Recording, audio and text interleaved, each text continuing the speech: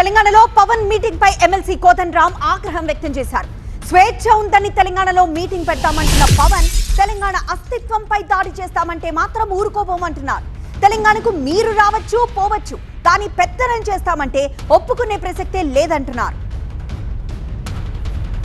ఇప్పటికీ కూడా తెలంగాణ ఆకాంక్షను అర్థం చేసుకోకుండా ఇష్టం వచ్చినట్టుగా తెలంగాణ పైన ఒక దాడికి దిగుతున్నటువంటి సందర్భాన్ని చూస్తున్నాం.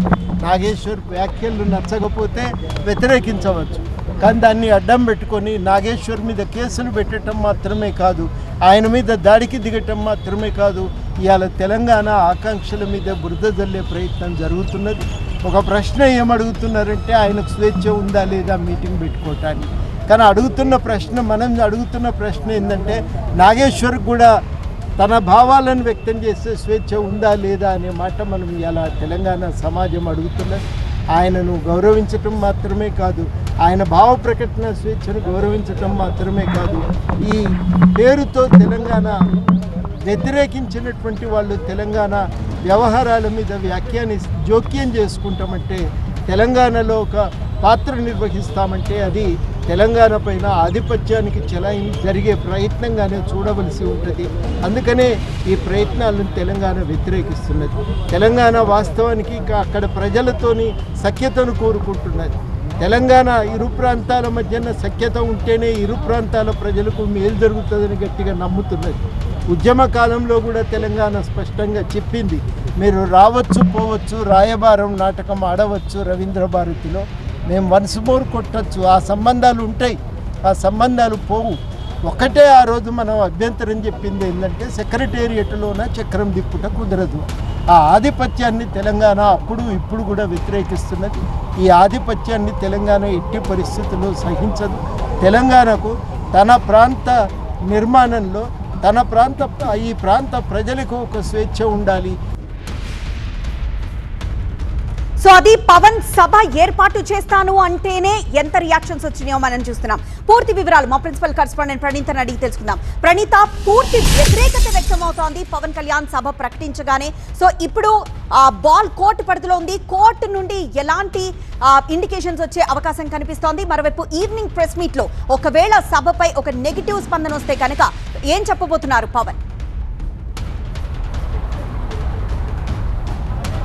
అయితే కోర్టు విషయానికి వచ్చి చూస్తే ఇప్పటికీ ఇంకా కోర్టులో ఏం జరుగుతున్నటువంటి సస్పెన్స్ ఇంకా కొనసాగుతుంది. ఒకవైపు జనసేన పార్టీ కార్యకర్తలు ఎవరైతే ఈ పిటిషన్ని ఫైల్ చేశారో జనరల్ సెక్రటరీ, సో అతనితో పాటు కొంతమంది జనసేన కార్యకర్తలు సైతం ఇప్పటికే హైకోర్టుకు చేరుకున్నారు. సో ఇప్పటికీ ఇంకా ఈ హౌస్ మోషన్ పిటిషన్ పైన రిజిస్ట్రీ ఎలాంటి నిర్ణయం తీసుకోలేదు.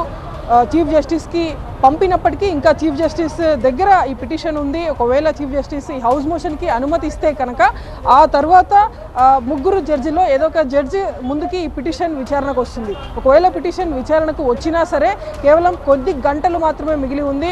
ఆల్రెడీ ఇంకో 2 అవర్స్లో వీళ్ళు కోరినటువంటి టైం ఆల్రెడీ ముగిసిపోతుంది. వీళ్ళు కోరినటువంటి టైం ప్రకారం ఆఫ్టర్నూన్ 3 నుండి నైట్ 9 o'clock వరకు వీళ్ళు పర్మిషన్ పెట్టుకున్నారు. కానీ ఆల్రెడీ ఇప్పటికే టైం చాలా తక్కువగా ఉన్నటువంటి నేపథ్యంలో ఒకవేళ విచారణ జరిగినా సరే ఇంత తక్కువ టైంలో పర్మిషన్ ఇస్తుందా రాదా అనేటువంటిది మరొక కీలక అంశం. సో ఈ అన్ని ఇష్యూస్ మధ్య ఒకవేళ సభకి అనుమతి ఇచ్చినా సరే ఇప్పటికే సభకి అనుమతి కోసం అప్లై చేసేటువంటి దాని పరిణామాలే ఇప్పుడు మనం చూస్తున్నాము. ఈ స్థాయిలో విమర్శలు వచ్చిన తర్వాత స్టిల్ ఇంకా ఒకవేళ కోర్టు సభకి అనుమతి ఇచ్చినా సరే ఆ సభని నిర్వహిస్తే కనుక శాంతి భద్రతల సమస్య తరేటువంటి అవకాశం ఉన్నట్టుగా చాలా క్లియర్గా మనకి ఇక్కడ ఇండికేషన్ వస్తుంది. దీంతోపాటు సేమ్ టైమ్గా ఇప్పుడు పవన్ వేసినటువంటి పిటిషన్కి కౌంటర్గా కేవియట్ పిటిషన్ ఫైల్ అయింది హైకోర్టులో. పాసం యాదగిరితో పాటు చిక్కు ప్రభాకర్ ఈ పిటిషన్ని ఫైల్ చేశారు. సో వీళ్ళు ఏం చెప్తున్నారో ఒకసారి ఇందాం. ఇప్పుడు కేవియట్ దాఖలు చేయడానికి ప్రధాన ఉద్దేశం ఏంటి? ప్రధాన ఉద్దేశం తెలంగాణ రాష్ట్ర ఏర్పాటును వ్యతిరేకించిన జనసేన పార్టీ అధ్యక్షులు ఆంధ్రప్రదేశ్ ఉప ముఖ్యమంత్రి గారు చాలా అన్యాయంగా తెలంగాణ ప్రజల పట్ల ప్రవర్తించిండు. తెలంగాణ రాష్ట్ర ఏర్పాటు ఉద్యమం పట్ల ప్రవర్తించిండు. తెలంగాణ రాష్ట్రం ఏర్పడితే 11 రోజులు నేను భోజనం చేయలేదని ప్రకటించిండు. ఈ మధ్యలో కొబ్బరి తోట కోనసీమలో ఎండిపోతే కూడా తెలంగాణ ప్రజల దిష్టి తగిలి ఎండిపోయిందని చెప్పిండు.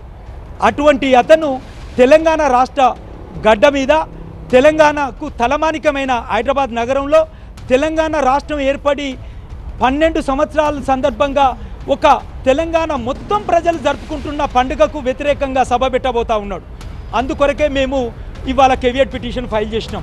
సీనియర్ జర్నలిస్టు, తెలంగాణ ఉద్యమ తొలిదశ మలిదశ ఉద్యమంలో నాయకత్వం వహించిన వ్యక్తి, గద్దర్ తోటి, ఆకుల భూమయ్య గారితో, గూడ అంజయ్య గారితో, గోరెడ్డి వెంకన్న లాంటి వాళ్ళతోటి మొత్తంగా తెలంగాణ ఉద్యమానికి నాయకత్వం వహించిన మేము ఇవాళ పవన్ కళ్యాణ్ యొక్క సభను ఈ రోజు మీరు జరుపుకోవడానికి చాలా తీవ్రంగా వ్యతిరేకిస్తున్నాం. అందులో భాగంగానే కేవియట్ చేసినాం. ఒకవేళ కోర్టు అనుమతి ఇస్తే, ఆయన సభ నిర్వహిస్తే మీరు ఏమైనా అడ్డుకునే ప్రయత్నం చేస్తారా? మేము చట్టబద్ధంగా రాజ్యాంగబద్ధంగా మేము కేవియట్ చేసినాం.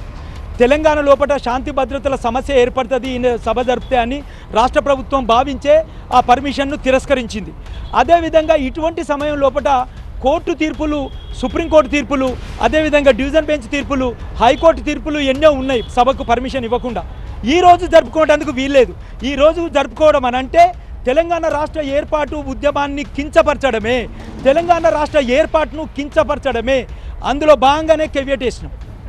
రైట్, అది అటు వీళ్ళు వేసినటువంటి కేవియట్ గురించి మాట్లాడుతున్నటువంటి అంశం. ఒకవేళ కోర్టు అనుమతి ఇస్తుంది అని మేము అనుకోవట్లేదు, ఎందుకంటే గతంలో ఇట్లాంటి లా అండ్ ఆర్డర్ ఇష్యూస్ వస్తాయి అని భావించినప్పుడు చాలా సుప్రీంకోర్టు తీర్పులు కూడా ఉన్నాయి ఎందుకు పర్మిషన్ని రిజెక్ట్ చేస్తారు అని చెప్పడానికి. సో ఆ జడ్జ్మెంట్స్ అన్నింటినీ కూడా ఈరోజు విచారణలో భాగంగా ప్రస్తావిస్తామంటూ కూడా అడ్వకేట్ చిక్కు ప్రభాకర్ చెప్పినటువంటి వర్షన్. మరోవైపు జనసేన పార్టీ దాఖలు చేసినటువంటి పిటిషన్లో కూడా ఇప్పటికే తాము ఏ విధంగానైతే అక్కడ ఏర్పాట్లు చేస్తున్నామో వాటన్నిటికీ సంబంధించినటువంటి ఫోటోగ్రాఫ్స్ని సైతం ఈ పిటిషన్లో జతపరుస్తూ వాళ్ళు కోర్టులో ఆ హౌస్ మోషన్ని ఫైల్ చేశారు. సో వాటన్నిటినీ కూడా కోర్టు కన్సిడరేషన్లోకి తీసుకుంటుందా లేదా అనేటువంటిది కూడా చూడాల్సింది. మరి కాసేపట్లోనే ఈ హౌస్ మోషన్ పిటిషన్ పైన కోర్టు అనుమతి ఇస్తుందా లేదా అనేటువంటి క్లారిటీ అయితే రానుంది.